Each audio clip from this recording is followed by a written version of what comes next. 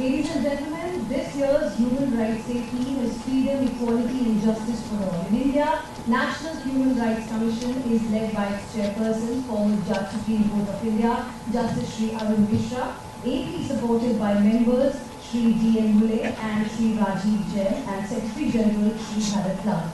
I would now like to request Honorable Chairperson NHRC to welcome our chief guest with a bouquet of flowers, a shawl and Shrikant.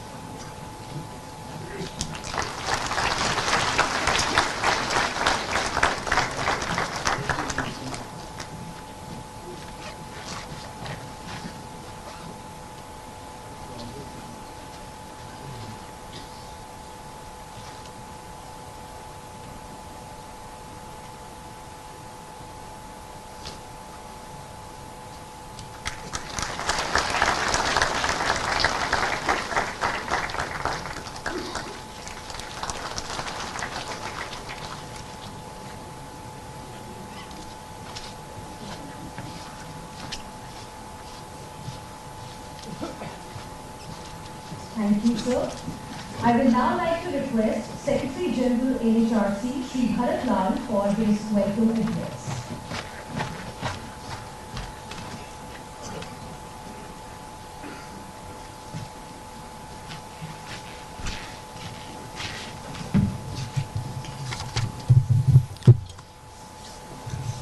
Good morning to all of you. Namaskar. Today we all have assembled here at this beautiful complex Bharat Mandapam to celebrate 75th Human Rights Day. As we all know, it observed annually on 10th December to commemorate the adoption of Universal Declaration of Human Rights by the United Nations General Assembly in 1948. On this occasion, on behalf of the National Human Rights Commission, let me congratulate each one of you involved in the protection and promotion of human rights of all human beings. India, 5,000 years old civilization, in a country of 1.43 billion people, has deep-rooted ethos and democracy. Idea of equality, liberty, justice, and fraternity is ingrained in all of us.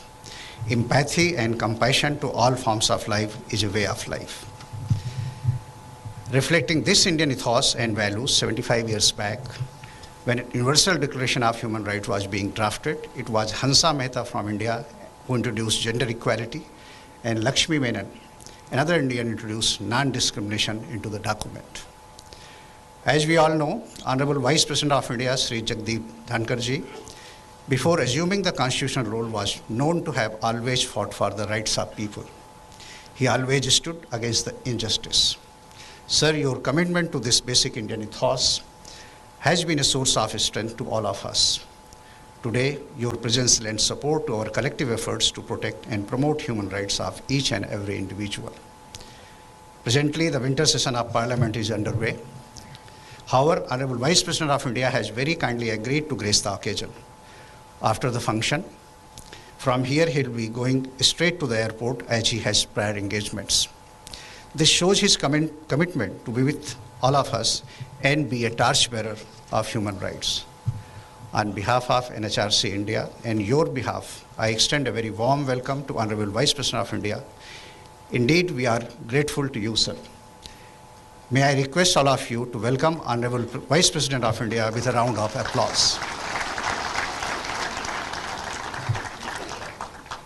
Justice Shri Arun Mishra, Chairperson NHRC India, is known for his commitment to environment, and human rights. He is very compassionate to the poor. It is indeed a privilege to listen to his insightful words at the Commission. His approach is to ensure justice and fair treatment to helpless and poor. His thought process and action reflect the spirit of NHRC. On behalf of all of us, I take this opportunity to extend a very warm welcome to Justice Arun Mishra ji, Chairperson, NHRC, India. Thank you very much, sir, for your stewardship and continued guidance.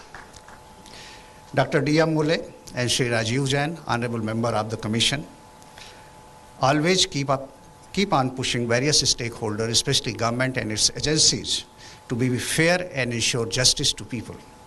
Their approach and relentless pursuit reflects the spirit of the Commission. I welcome both of you, sir. I extend a very warm welcome to members of Judiciary and former judges of Supreme Court and High Courts. Thank you very much, sir, for being here with us today. It is a privilege to extend a very warm welcome to the members of Diplomatic Corps. We value your support and presence here today. I also welcome chairpersons and members of various statutory organizations, state human rights commissions, former chairperson and member of NHRC, and members of legal fraternities and senior officers of the government. It is heartening to note that special rapporteurs, special monitors, members of the core group, and human rights defenders are present here. We are grateful to your presence and wholehearted support. Let me extend a very warm welcome to special invitees and friends with special needs who are here in large number, academicians, researchers, representatives of civil society, business, and media. I am delighted to welcome students and researchers from various institutions. Your presence indicates how younger generation is interested and involved in human rights issues. As we know, Human Rights Day emphasizes the importance of protecting and advocating for the rights and dignity of every individual. It also focuses on promoting equality and addressing ongoing challenges related to human rights violations. In India's cultural ethos, concept of fraternity is so deep-rooted that for us, rights and duties go together, and we always think about others. This is the strength of and ethos of Indian society. That's why Vasudhaiva Kutumbakam, the whole world is one family, is an article of faith. Today, we are also reminded of the critical role the National Human Rights Commission has been playing since its inception in 1993 in protecting and promoting human rights in the country. Over the 30 years, the NHRC has played a vital role in upholding human rights, investigating complaints of human rights abuses, taking up cases suo motu, monitoring the implementation of human rights laws, and making recommendations to ensure protection of human rights, advocating for justice and addressing violations across the country. In these 30 years, the Commission has resolved more than 22 lakh cases and recommended financial assistance to the tune of rupees 230 crore to the victims of human rights violation. Every year, about 90,000 to 1 lakh cases are handled by the Commission. I would like to highlight here that National Human Rights Commission works in partnership with various stakeholders, including government and its agencies, SHRCs, special monitors, special rapporteurs, NGOs, CBOs, HRDs, core group members. In HRC, we always try to reach out to people. In this spirit, it has developed and put in place HRC Net Portal to lodge and track complaints online. One can see the progress and outcomes of complaints that are received by mail, phone, or by any other means. NHRC has ensured that anyone from anywhere can file a complaint related to human rights violation. An individual can also file a complaint on behalf of another person or a victim. There is no requirement of an affidavit or an advocate. In HRC, complaints are treated expeditiously and without any expenses incurred by victims. NHRC believes in reaching out to people and organize open hearings, camp sittings, meeting with press in different parts of the country. In fact, NHRC has a proactive approach to solve cases related to human rights violations. There are cases which reflect such violation across states or over the time are issues of critical importance. Then the Commission takes systematic measures and organizes open house discussion, holds seminars and meetings with different stakeholders. Based on the same, advisories are formed up by the Commission which have actionable point. We have issued a number of advisories in last few years, and let us commemorate this special day with hope and commitment to build a society wherein human rights are not just a set of laws, but each and every individual is treated with dignity and respect. We should be contributing in the making of society where empathy and compassion are the driving forces behind all our decisions. Once again, I welcome you all and thank you for joining the Human Rights Day celebration. Thank you very much. Thank you, Mr. Dhankhar. 10th December 2023 marks the 75th anniversary of one of the world's most transformational global pledges, the Universal Declaration of Human Rights. And I will now like to request Mr. Shombi Shah, UN Resident Coordinator in India, to please share with all of us the message by UN Secretary General Mr. Antonio Guterres.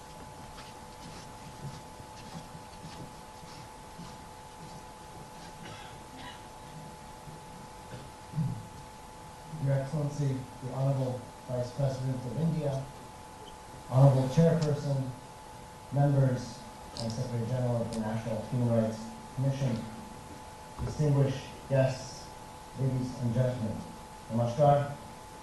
मुझे भारत मंडपम में आकर बहुत खुशी हुई.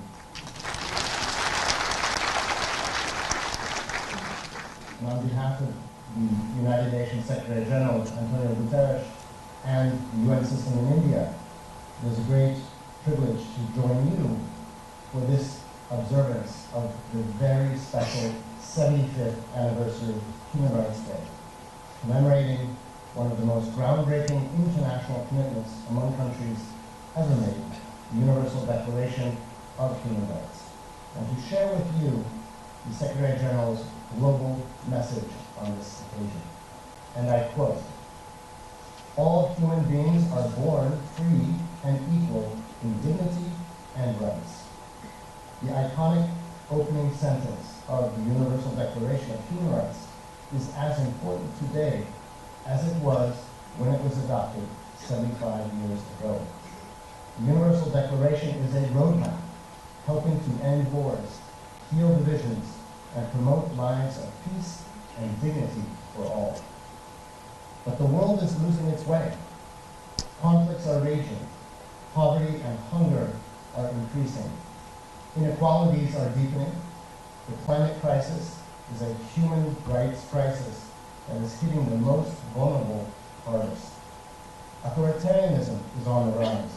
Civic space is shrinking, and the media is under attack from all sides. Gender equality remains a distant dream, and women's reproductive rights are being rolled back.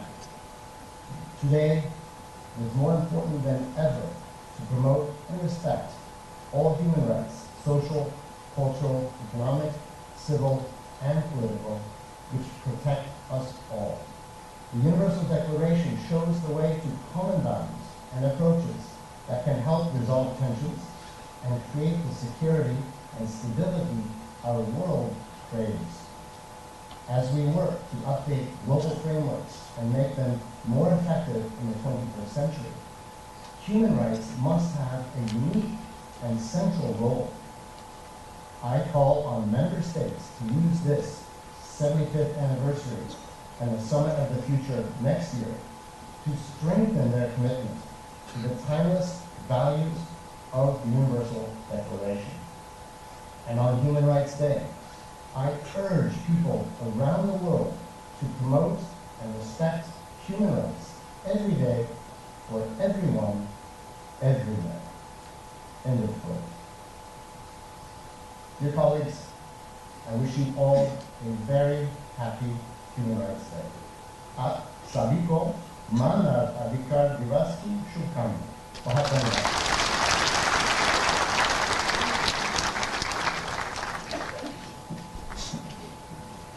Thank you, Mr. Shombi Shah. कार्यक्रम में अब आगे बढ़ते हैं and I would like to request NHRC Chairperson Justice Shri Arun Mishra and all the dignitaries on the stage to release this year's NHRC publications. The first one is Manav Adhikar Nai Dishaएं. This is an annual Hindi journal by NHRC, National Human Rights Commission. It is released on Human Rights Day. NHRC 2004 से इस पत्रिका का प्रकाशन करता आ रहा है।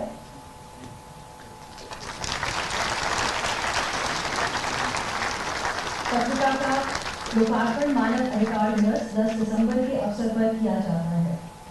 I will now request NHRC Chairperson to please present this journal to our Honorable Chief Guest. The second one is NHRC's annual English journal, which was first published in 2002. The journal, now in its 22nd edition, contains articles by leading scholars, activists, human rights defenders, public servants, and many others. The next one is Forensic Science and Human Rights. This NHRC publication delves into the intricate and crucial domain of forensic science. Special acknowledgement and sincere thanks to Dr. J.M. Vyas, Vice Chancellor, National Forensic Science University, for his sincere effort and contribution. Thank you, gentlemen.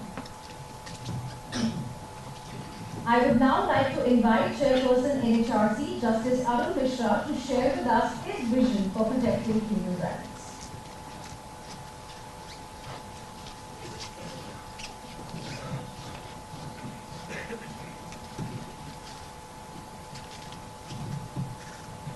Honorable Vice President of India, Chief Jagdeep Dhankhar ji, esteemed members of the Commission, Shri Shyam Shah, Secretary General,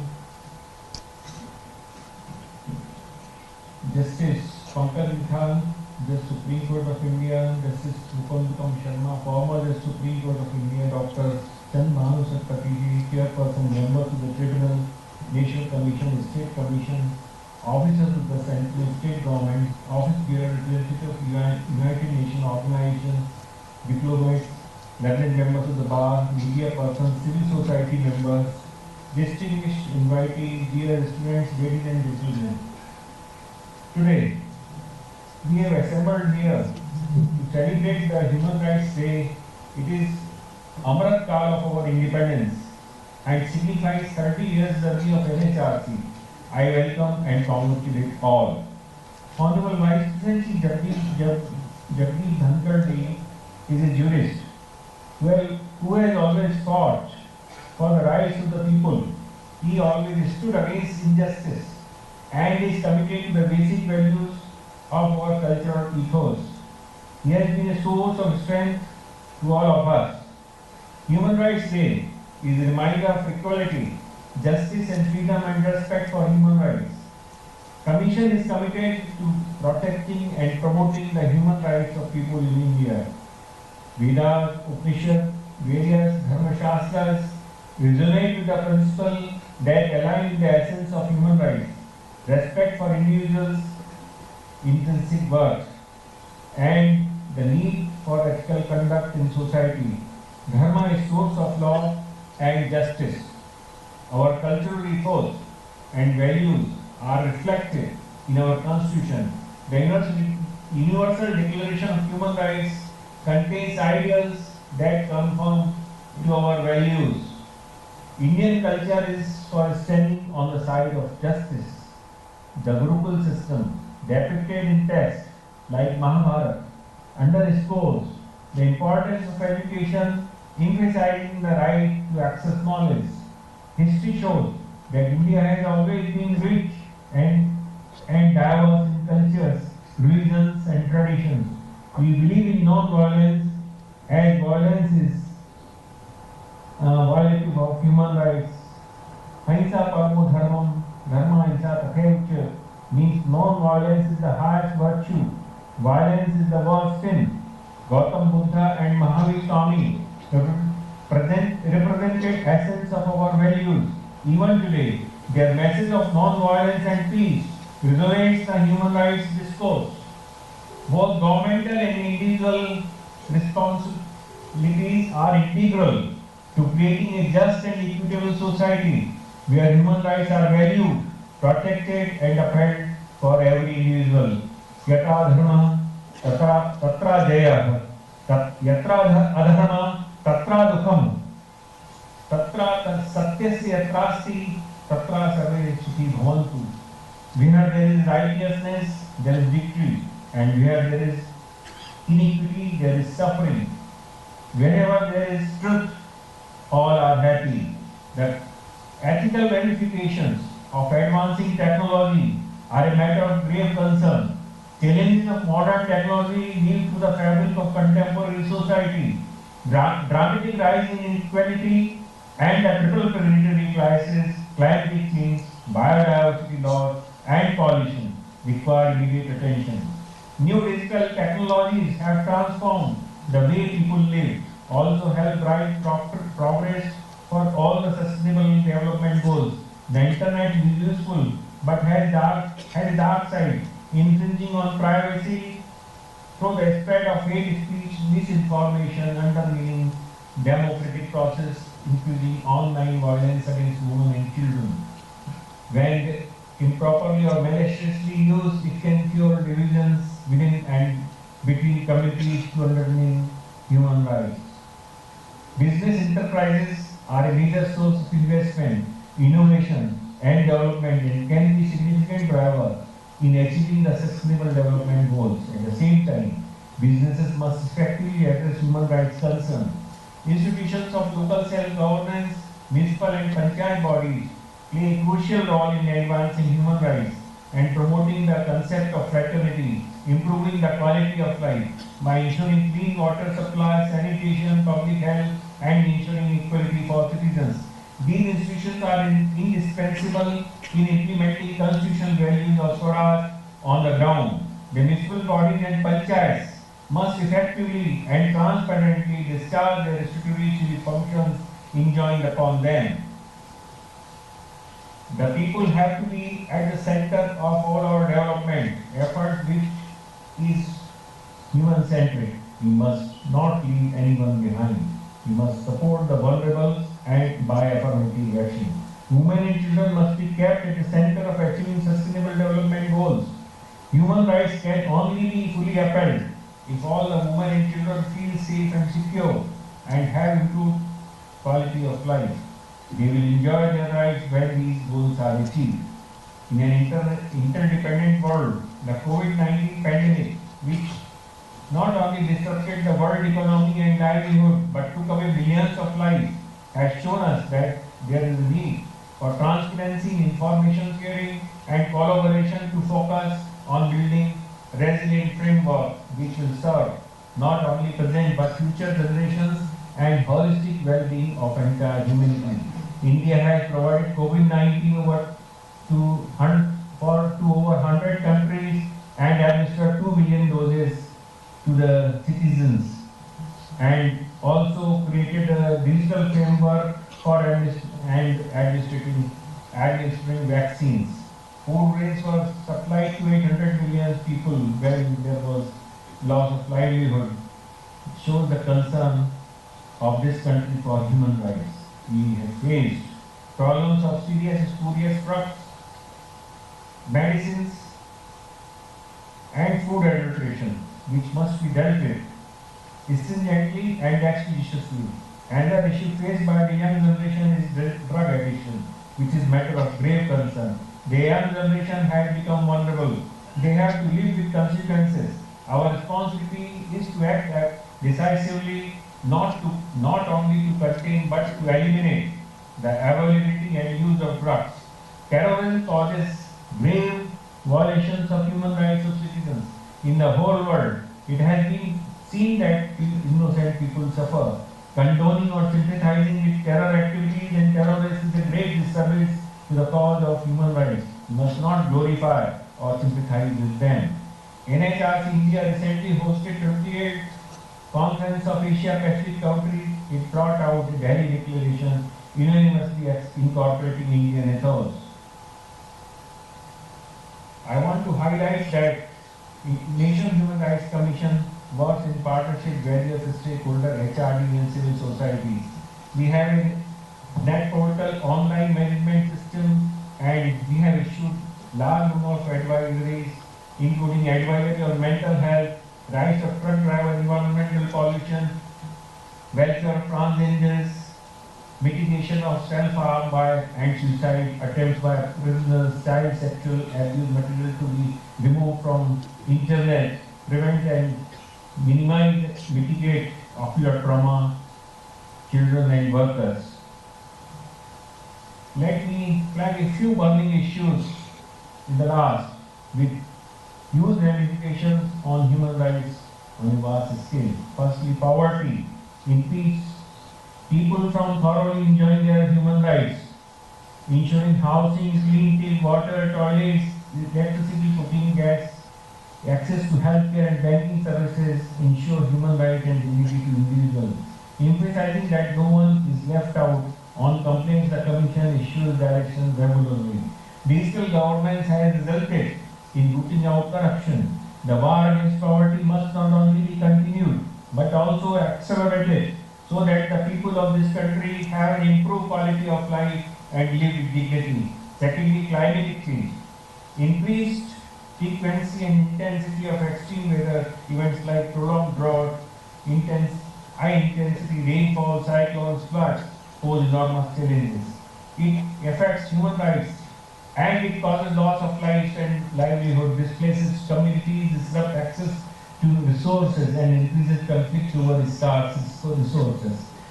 Climate-induced crisis is a global issue. The developed countries have contributed substantially to creating this crisis. Poor are the worst affected persons. This is the duty of the rich to contribute to mitigating the crisis. When the poor consume electricity, it brings light to their home so that children can read and write. Thirdly, harmonizing human rights in business.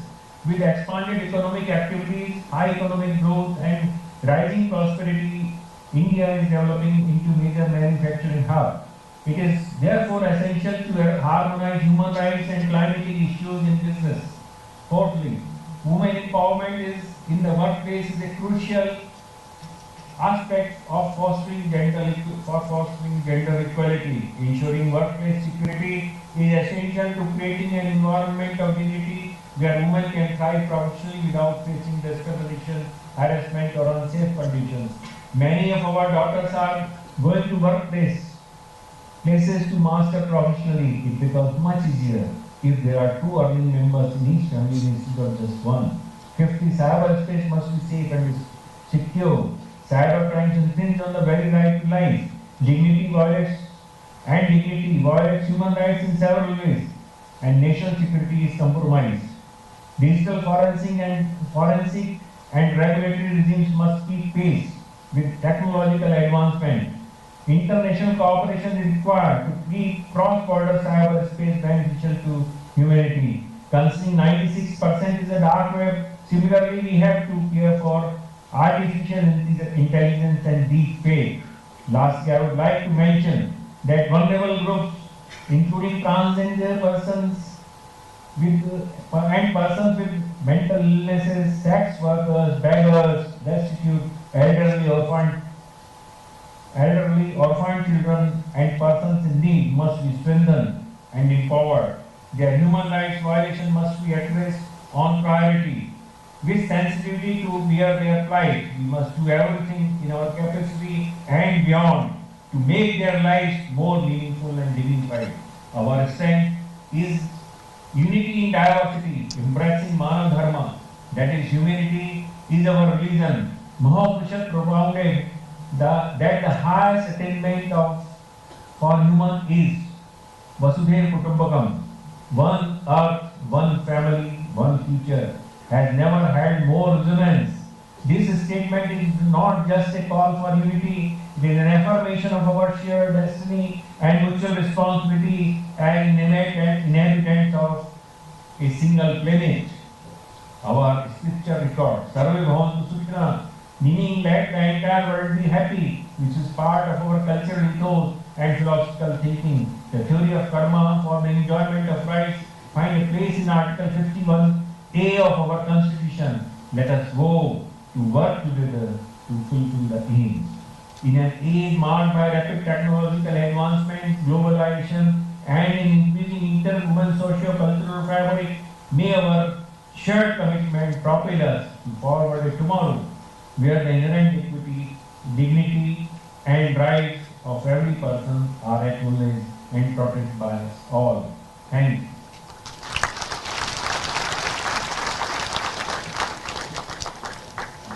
Thank you, sir. Ladies and gentlemen, last year during the Commission's 29th Foundation Day celebrations, Honorable Vice President of India, our Chief Guest, Shri Jagdeep Dhankhar, who holds one of Bharat's top constitutional posts and has been an eminent legal mind, said that we must take sides when it comes to decimation of human rights. Neutrality helps the oppressor, never the victim. Now, I would like to request Honorable Vice President to please guide this August gathering and crores of people watching this telecast to continue walking on the path of ensuring freedom, equality and justice for all. Ladies and gentlemen, please put your hands together for Honorable Vice President Shri Jagdeep.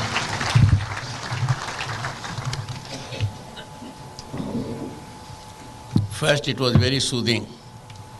I could release 3 books with soothing uncovering it. Otherwise, it is very painful. The book sought to be released is so heavily controlled. You have to do everything under the sun to get to the book. Congratulations to the chairman for making it soothing. Distinguished Chairman of National Human Rights Commission, Justice Arun Mishra.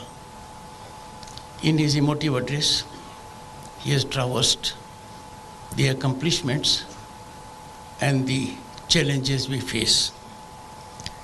Distinguished members of the Commission, distinguished audience, my greetings to all present here as we are in togetherness stakeholders in promotion of human rights. Greetings to all on this momentous occasion, the 75th Human Rights Day, marking the 75th anniversary of Universal Declaration of Human Rights.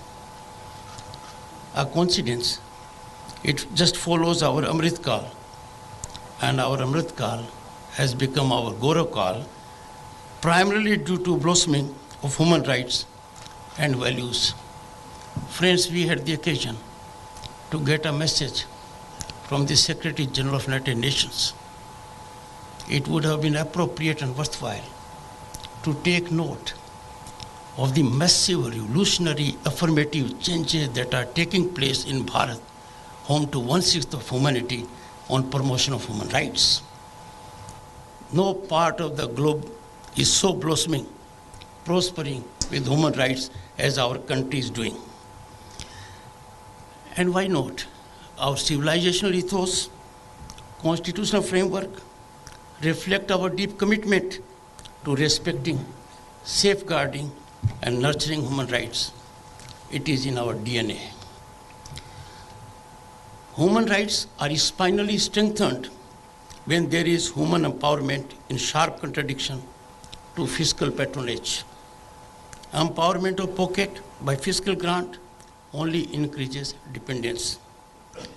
The politics of so-called freebies, for which we see mad race, distort expenditure priorities. Freebies, as per economic giants, undercut the basic framework of macroeconomic stability. There needs to be a healthy national debate how expensive this patronage is for the economy, life quality, and social cohesion in the long run. I would greatly appreciate National Human Rights Commission catalyzing a debate, coming out with a paper that can be extremely informative, motivational, and inspirational for the people at large. And those who are in seats of governance can be enlightened that we need to empower not pockets but human minds, human resource. Friends, greatly appreciate massive infrastructure growth in the country as it is quintessential to proliferation and empowerment of human rights. Human rights blossom in a society where there is equality of law and access to justice for all. None is above the law, be you ever so high, the law is always above you, is the new norm in the country. A big paradigm shift. There was a time when some thought they were above law.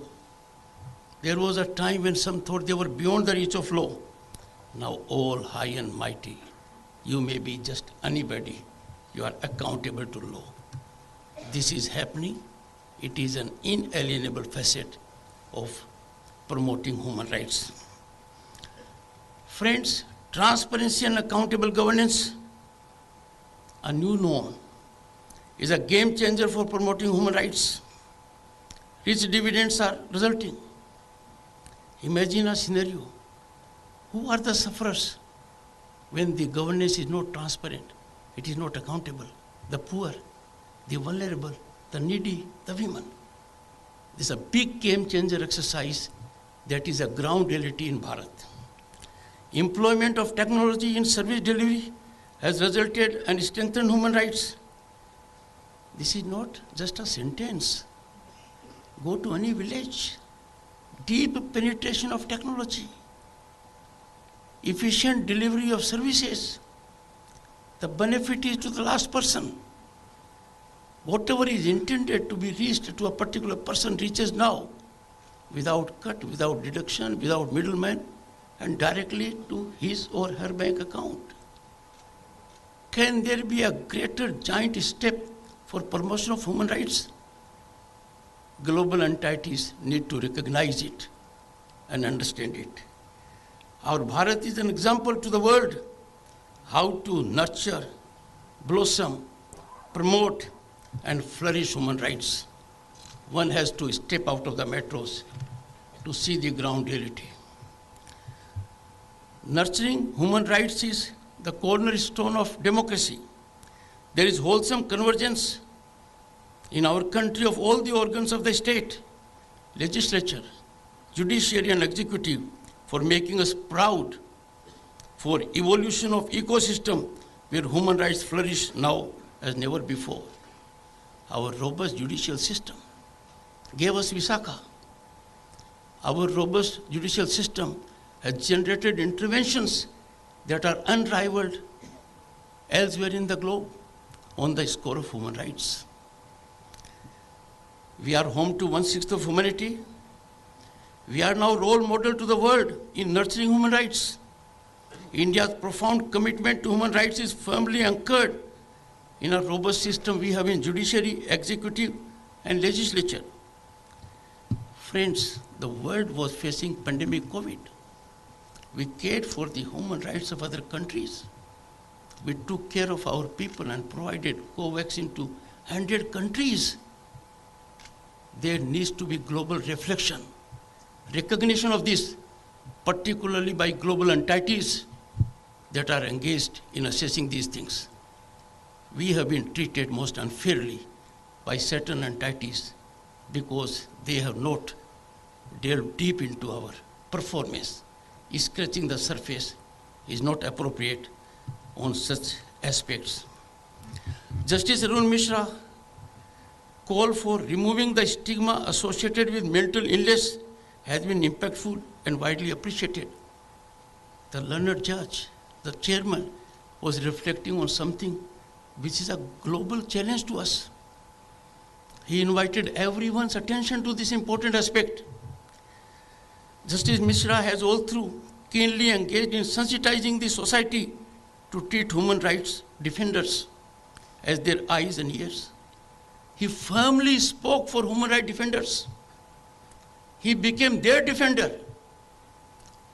to evolve a system so that we all become friendly to promotion of human rights.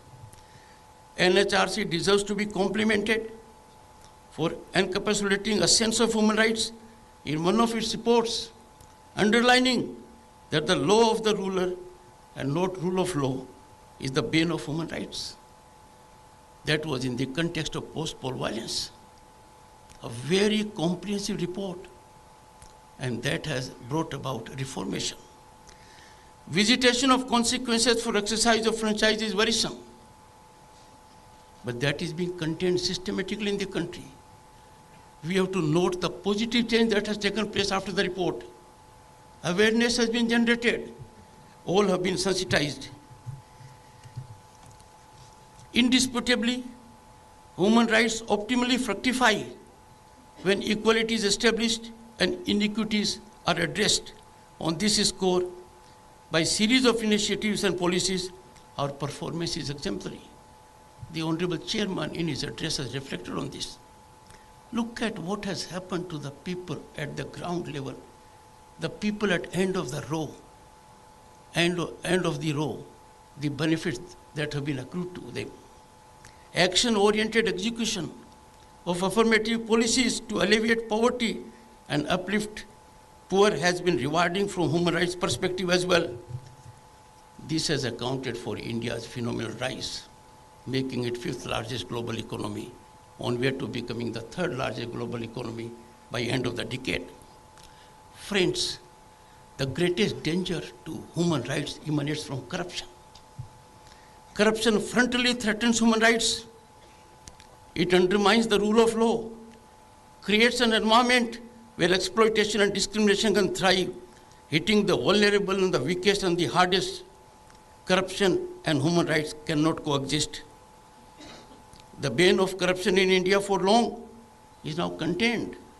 There is now in place a governance mechanism that provides no room for nepotism, favoritism, and promotion. Corruption has been neutralized in power corridors. This is a very big change in governance. I would appreciate global entities to take note of it. India's governance model is free from corruption, free from favoritism, free from nepotism, free from promotion. It is dictated wholly by transparency, accountability, and merit. As a result of firm execution by the government, millions have been lifted from the shackles of poverty, paving the way for a future brimming with economic opportunities, access to quality health care. I wouldn't dilate much. In a country of 1.4 billion, our health care is so strong, everyone is reaping the advantage of it. And as a consequence of the governmental policies, the health infrastructure has phenomenally, geometrically grown. Sound education system. After 3 decades, we had a new education policy that provides for growth of human rights also. The government has taken several steps to ensure that our growth is inclusive. What can be more inclusive growth than having banking inclusion, which is explosion? What can be more inclusive growth that everyone is beneficiary of infrastructural development? What can be more inclusive growth that everyone is getting advantage? The women are getting advantage by gas availability to them, water availability at the door, toilets in every house, and enormous opportunities for them to use their talent. They employ themselves, they employ others also. The government has implemented very successfully policies that we need to be proud of. It is because of execution of those policies that India's rise in the world is being recognized. India has emerged as a global leader. India is agenda setter now. Those who used to advise us seek advice from us. We have become the voice of African Union by getting them inclusion in G20. We have become voice of Global South, for the first time bringing them on the center stage. I am amazed sometimes that these historical developments of epochal consequence are missed out by people in global entities who need to be focusing on that. This is not a day for making a ritual statement. This is not a day to make replicated statements. This is a day to open your eyes, see where 1/6 of humanity is going, how it is influencing the world at large, how it is talking of peace, harmony, and growth. It pains me sometimes when those who need to be doing so become critics, chronic critics. Something has to be done in this respect. Friends, I say it with pain. We need to be alive to untenable and pernicious narratives and external calibrations that turn Nielsen's eye of our exemplary performance. I'm startled in a country of our size, 1.4 billion. People pick up courage outside to talk of hunger crisis. Don't they realize that from April 1, 2020, more than 800 million people are being given free food that will continue as per declaration of Prime Minister for next 5 years. That is the strength of this country. And some people have the audacity to get away from ground reality, distance themselves from facts, and talk of hunger index of this country. They need to revisit their approach, which is irrational, and if I may say, prejudicial to those who are engaged in shaping course of humanity.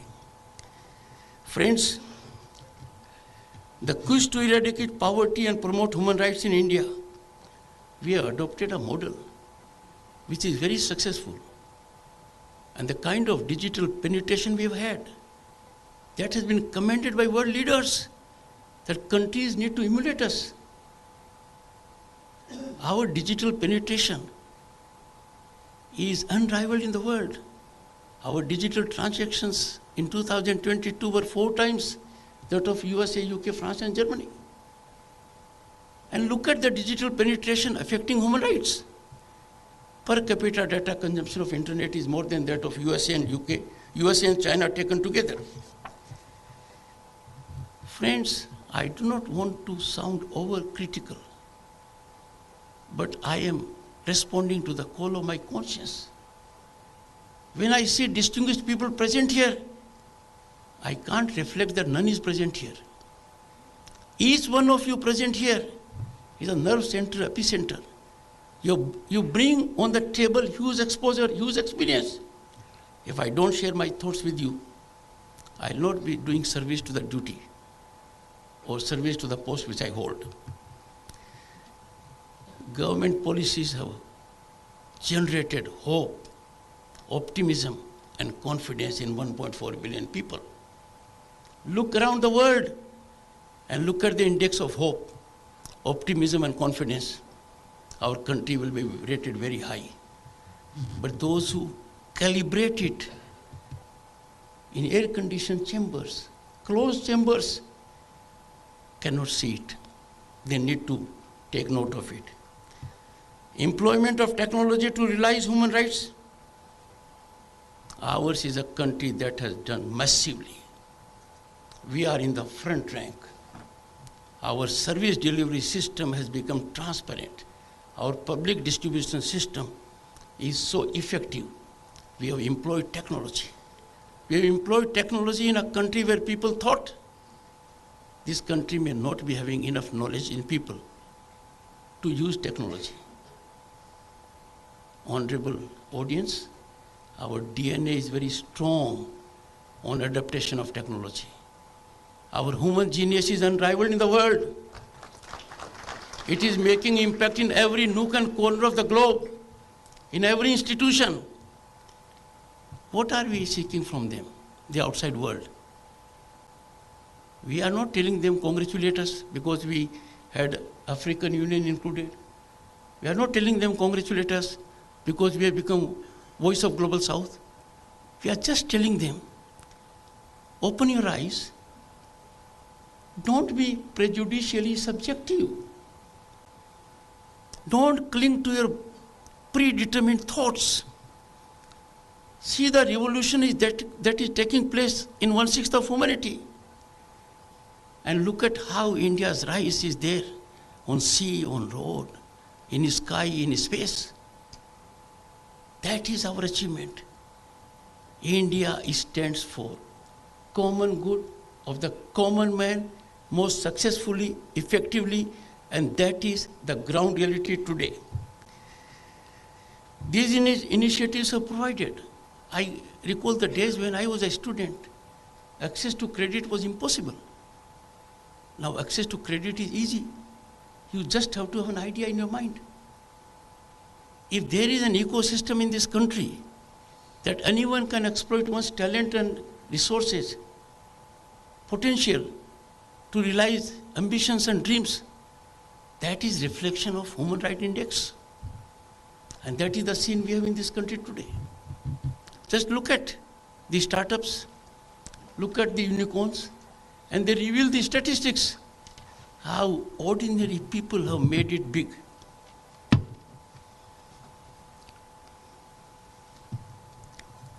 Friends, I would think someone will do the study.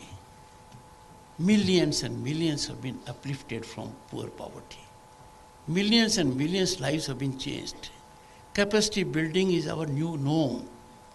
Every person in this country now thinks it as a destination of opportunity. IMF is not wrong. India is the fastest growing economy. How can I believe a former RBI governor who spoke it can't go beyond 5%? What data he had? He was here only while he held assignments located elsewhere and doesn't say a word when he is proved wrong. The growth is 50% more than what he has indicated, and the highest in the world. We have to neutralize these narratives. We have to nip in the bud these sinister forces. They are enemies not of the nation but of human rights. Because this country is committed to human rights by virtue of its civilizational ethos, constitutional framework, and mindset of every Indian. During COVID, I was Governor of State of West Bengal. I saw ordinary people hand-holding others. One who had difficulty food for himself made available food to others. That is our Bharat. We are a role model to the world how to nurture, promote, flourish, and blossom human rights. Our journey needs to be replicated by others. Friends, the world needs to take note of India's exemplary nurturing of human rights. It is transformation in Bharat, home to 1/6 of humanity. There have been impactful policies at elevating the poverty of the people by empowering them and affording them a life of dignity and hope. मैं आपको क्या बताऊं? माताओं बहनों से पूछो, आंख में आंसू आते थे, आज गैस का उपयोग करती हैं। सर पर मटका लेकर पानी लाती थी किलोमीटर से, घर में नल है। उनको रास्ता नहीं मिलता था कि डिग्निटी कैसे मिलेगी। सूर्यास्त के पहले जाएं, सूर्यास्त के बाद जाएं, सूर्योदय से पहले जाएं, कहाँ जाएं, कैसे जाएं। Toilet in every home. उनको नौकरी मिलने का कोई साधन नहीं था पहले। आज मुद्रा स्कीम के अंदर वो 50 से 60% भागीदारी है। मुझे पता नहीं, कुछ लोगों को या तो उनकी पाचक शक्ति थोड़ी गड़बड़ है या वो इसको देख नहीं पा रहे हैं। The world needs to take note of it. Friends,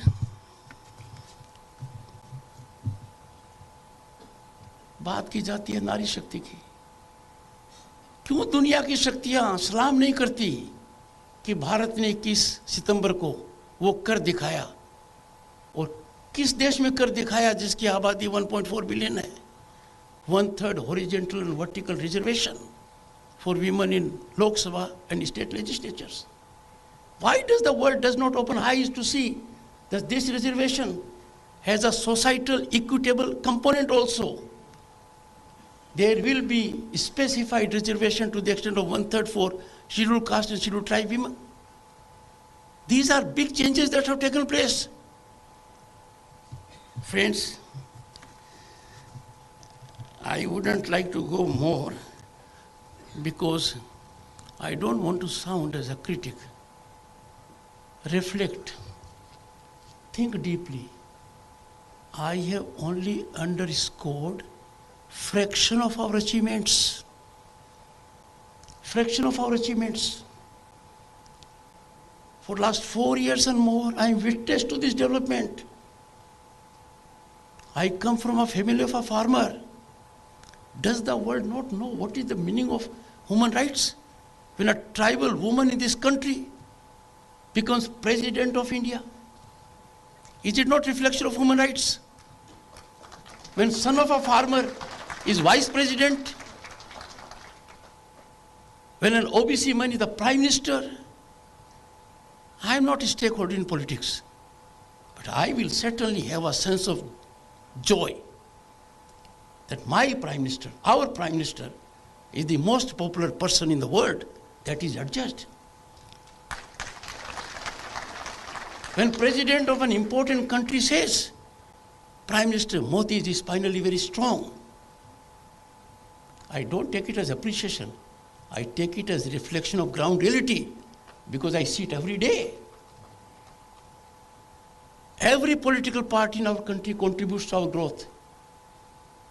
Every political party is committed to growth of India.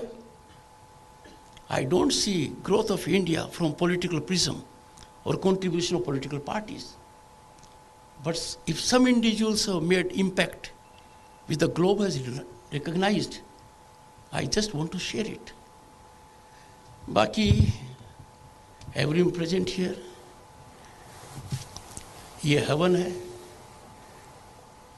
Human rights का उत्थान, ह्यूमन राइट्स के बारे में चिंतन करना, मंथन करना, सोच करना, इस हवन में सबकी आहुति जाएगी, सबको आहुति देनी चाहिए. Everyone has to contribute. It is everyone's concern. I am grateful to Chairman Justice Arun Mishra for affording this opportunity to me to share my thoughts with the people who know more than I do and are more concerned than I am about human rights and welfare of this nation. Thank you so much.